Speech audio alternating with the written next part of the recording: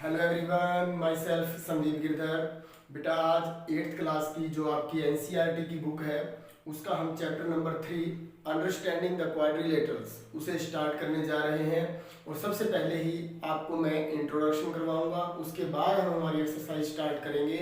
यदि आपको इंट्रोडक्शन अच्छे से समझ में आ जाता है, इस वीडियो को लास्ट तक जरूर देखना क्योंकि पूरा इंट्रोडक्शन इसी वीडियो के अंदर मुझे करवाना है। एक्सरसाइज 3.1 तक का आपका जो इंट्रोडक्शन है वो कंप्लीट होने के बाद आप जैसे ही एक्सरसाइज 3.1 होगी उस टाइम पे आपके सभी टॉपिक्स जो हैं वो अच्छे से क्लियर होंगे। तो चलिए हम स्टार्ट करते हैं। सबसे पहले जो इंट्रोडक्शन है उसके अंदर हमें इस तरह से फिगर और टाइप गिवन है। तो देखो जैसे ये एक फिगर है, इस तरह से फिगर है, ये एक सर्कल है और एक फिगर ये है और साथ में देखो टाइप लिखी हुई है simple closed curve, a closed curve that is not simple, simple curve that is not closed end not a simple curve. तो इसमें से हमें एक बार ये पता करना है कि कौन क्या है। तो देखो ये क्लोज्ड नहीं है, तो इसका मतलब क्लोज्ड में कौन कौन है। इसके अंदर जो क्लोज नहीं है simple curve that is not closed, तो इसका मतलब ये सिंपल कर्व तो है बट क्या नहीं है, क्लोज्ड नहीं है। तो ये इसके साथ मैच हो जाएगा। फिर इसके बाद देखिए एक नॉट ए सिंपल कर्व, ये देखिए यहाँ पर जो ये है ये सिंपल कर्व नहीं है। इसके बाद एक closed curve that is not simple, yes यहाँ पे हम ये भी लिख सकते हैं कि एक closed curve that is not simple. और यहाँ पे है सिंपल क्लोज्ड कर्व, ये जो होगा हमारा सिंपल क्लोज्ड कर्व होगा और इसको हम ये लिख सकते हैं एक closed curve that is not simple. तो इसके बाद देखिए हमारा नेक्स्ट टॉपिक। अब इसके बाद देखिए हमारा टॉपिक है पॉलीगन्स। तो पॉलीगन क्या होते हैं, a simple closed curve made up of only line segments is called a polygon. मतलब जो सिर्फ और सिर्फ लाइन सेगमेंट की हेल्प से एक क्लोज्ड फिगर बना हो उसे हम क्या कहेंगे, पॉलीगन्स कहेंगे, जिसके अंदर कोई आर्क वगैरह नहीं होनी चाहिए। तो अब इसके अंदर देखिए यहाँ पे ये फिगर जो आपको दिखाई दे रहा है ये सभी लाइन सेगमेंट्स हैं, ये भी लाइन सेगमेंट्स हैं, ये भी लाइन सेगमेंट्स हैं और थोड़ा सिंपल वे में है, क्लोज्ड है। तो इसे हम क्या कहेंगे, कर्व्स दैट आर पॉलीगन्स। और इसके अंदर देखिए ये इस तरह से जो शेप्स बनी होती हैं ये तो क्लोज्ड भी नहीं है, ये क्लोज्ड है बट बाहर निकला हुआ है। इसी तरह से ये भी अलग अलग शेप टाइप में ट्राइंगल्स बनी हुई हैं। तो ये जो है कर्व्स जो है वो पॉलीगन नहीं है। तो आपको अच्छे से समझ में आ गया होगा कि पॉलीगन क्या होते हैं।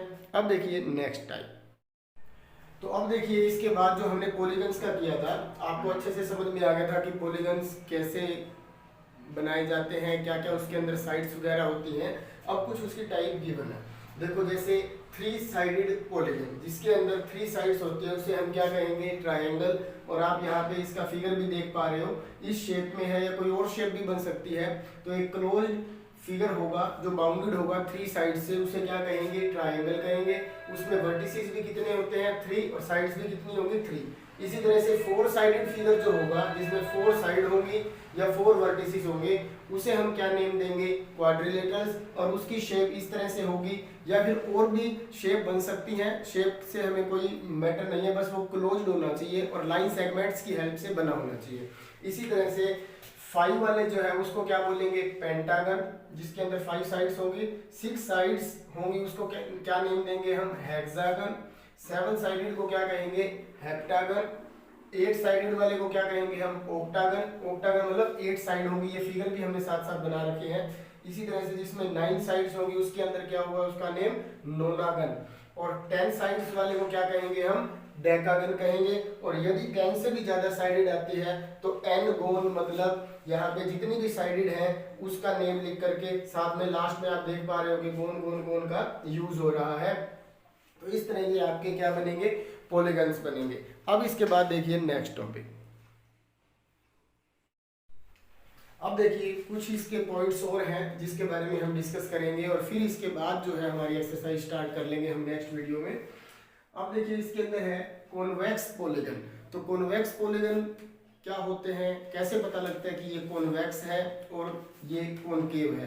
तो किसी भी पॉलीगन के अंदर चाहे वो कितने ही साइडेड क्यों ना हो, यदि आपको सभी एंगल्स 180 डिग्री से लेस देन है, यदि उनकी मेजरमेंट जो होती है वो 180 डिग्री से स्मॉलर है, तो वो पॉलीगन जो होगा वो कौन सा होगा, कॉन्वेक्स पॉलीगन होगा। और यदि किसी एक एंगल की भी मेजरमेंट 180 डिग्री से ग्रेटर देन है तब हम उसे क्या कहेंगे, कॉनकेव पॉलीगन कहेंगे। तो बहुत इंपॉर्टेंट है convex polygon and concave polygon. फिर एक बार दोबारा से देखिए, कॉन्वेक्स पॉलीगन के अंदर हमें क्या करना होता है कि सभी एंगल्स जो है वो 180 डिग्री से स्मॉलर होते हैं सॉरी। और कॉनकेव पॉलीगन के अंदर क्या होगा, कम से कम एक एंगल जो होगा, at least one angle is greater than 180 degree. जैसे कि आपको मैं एक एग्जांपल देता हूँ कॉनकेव पॉलीगन का। जैसे हमने इस तरह से एक पॉलीगन बनाया है और ये जो आप एंगल देख पा रहे हो ये 180 डिग्री से क्या है, ग्रेटर देन है। इसलिए इस टाइप की जो पॉलीगन होगी उसे हम क्या नेम कहेंगे, कॉनकेव पॉलीगन कहेंगे। अब इसके बाद देखिए इंटीरियर। तो इंटीरियर का आप सभी बच्चों को पता ही है, अंदर वाले पोर्शन जो भी होगा उसे हम क्या कहेंगे, इंटीरियर कहेंगे, और बाहर जो होगा उसे हम क्या कहेंगे, एक्सटीरियर कहेंगे। ये आप सभी को पता ही है। अब आ जाइए रेगुलर और इरेगुलर वर्ड के ऊपर। रेगुलर पॉलीगन कौन से पॉलीगन होते हैं और इरेगुलर कौन से होते हैं। तो regular polygons are those polygons whose all sides and all angles are equal. जितने भी साइड्स होती हैं पॉलीगन के अंदर, वो चाहे 3 साइडेड हो 4 साइडेड हो, सभी साइड्स इक्वल हो, और साथ साथ जितने भी इंटीरियर एंगल हैं उन सब की मेजरमेंट सेम होनी चाहिए। कई बार क्या होता है कि कुछ बच्चे ये समझ जाते हैं कि साइड इक्वल होनी चाहिए तो वो रेगुलर हो जाएगा, पर ऐसा जरूरी नहीं होता। साइड्स के साथ साथ इंटीरियर एंगल्स भी इक्वल होने चाहिए, तभी हम उसको रेगुलर कहेंगे। अदरवाइज ऐसा नहीं है तो वो क्या हो जाएगा, इरेगुलर हो जाएगा। अब इसके बाद देखिए डायगोनल्स। तो किसी भी पॉलीगन के अंदर कितने डायगोनल बनते हैं उसका एक डायरेक्ट फॉर्मूला बता रहा हूं मैं, वो आप नोट डाउन कर लीजिए। नंबर ऑफ डायगोनल्स फाइंड करने का फॉर्मूला है n इंटू n-3/2। बहुत इंपॉर्टेंट फॉर्मूला है ये, कि यदि हमें किसी भी पॉलीगन के अंदर नंबर ऑफ डायगोनल्स फाइंड करने हैं तो कैसे फाइंड करेंगे, n इंटू n-3/2। डायगोनल क्या चीज होती है, डायगोनल जो भी अपोजिट वर्टेक्स होते हैं उसको ज्वाइन करने वाले लाइन सेगमेंट को हम क्या बोलते हैं, डायगोनल बोलते हैं। जैसे इसके अंदर देखिए, इसको हम इसके साथ ज्वाइन कर देंगे तो ये हमारा क्या हो जाएगा, एक तरह से डायगोनल बन जाएगा। और यदि हमारे पास कोई ये क्वाड्रिलेटरल है, इन दोनों को हम ऐसे ज्वाइन करते हैं तो ये कितने डायगोनल बन जाएंगे, इसके अंदर 2 डायगोनल्स बन जाएंगे। तो यहाँ पे हमें अब नंबर ऑफ डायगोनल्स फाइंड करने का फॉर्मूला पता चल चुका है, उसको आपने याद भी करना है। और एक मैं आपको एग्जांपल भी बता देता हूँ। जैसे इसके अंदर 4 साइड दिखाई दे रही है आपको, तो यहाँ पे हम लिखेंगे 4 इंटू में 4 माइनस में 3, n के प्लेस पे 4 लिख देंगे। जितनी भी साइड है n के प्लेस पे उतनी वैल्यू लिख दो 2। अब देखिए 4 इंटू में 4 में से 3 को माइनस करेंगे 1/2, ये कैंसिल होकर 2 आ जाएगा, तो 2 1 जा 2। तो आप देख पा रहे हो इसके अंदर 2 ही डायगोनल है। अब इसके बाद देखिए एंगल सम प्रॉपर्टी। तो किसी भी ट्रायंगल के अंदर तीनों एंगल्स का जो सम है वो किसके इक्वल होता है, 180 डिग्री के। और क्वाड्रिलेटरल के अंदर चारों एंगल्स का जो सम है वो किसके इक्वल होगा, 360 डिग्री के। तो ये होता है हमारा angle sum property of a triangle. Sum of all angles is 180 degree and angle sum property of quadrilateral किसके इक्वल होगा, sum of all interior angles is equal to 360 degree. तो इसको भी मैं फाइंड करने का भी आपको फॉर्मूला बताता हूँ। देखो सम ऑफ इंटीरियर एंगल्स कैसे फाइंड किया जाता है। किसी भी पॉलीगन के अंदर जो पॉलीगन होता है वो 3 साइड्स तो मिनिमम चाहिए ही चाहिए। किसी भी पॉलीगन को बनाने के लिए कम से कम 3 साइड्स हमें चाहिए। जैसे ये 2 साइड से कभी पॉलीगन नहीं बनेगा, जैसे ही हम इन दोनों को ज्वाइन कर देंगे तो ये हमारा एक पॉलीगन बन जाएगा। तो मिनिमम 3 साइडेड पॉलीगन होता है, ज्यादा चाहे आप जितनी भी साइड लेना चाहो ले सकते हो।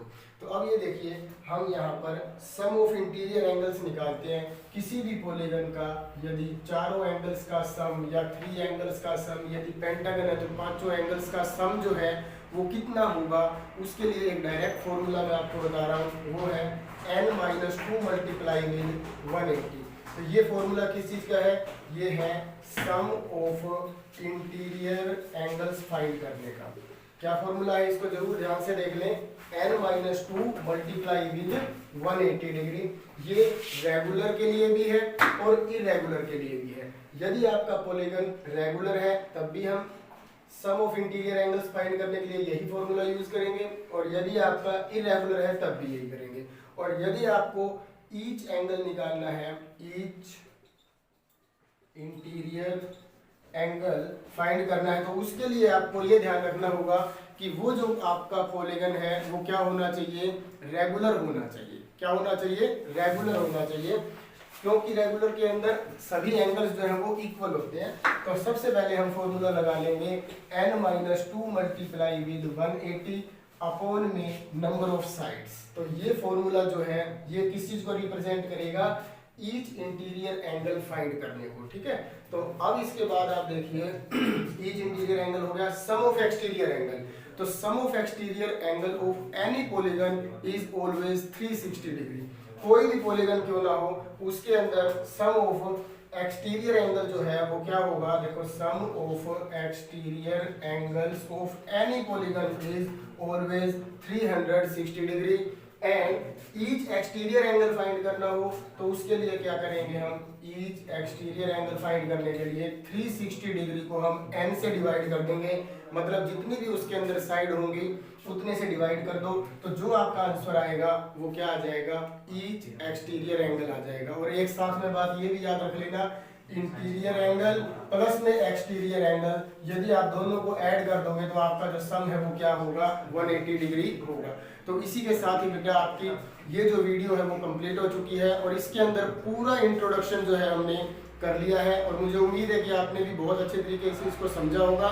यदि फिर भी कोई आपको डाउट है तो मेरे व्हाट्सएप नंबर पे या आप कमेंट्स में लिख सकते हो। Thank you and have a nice day.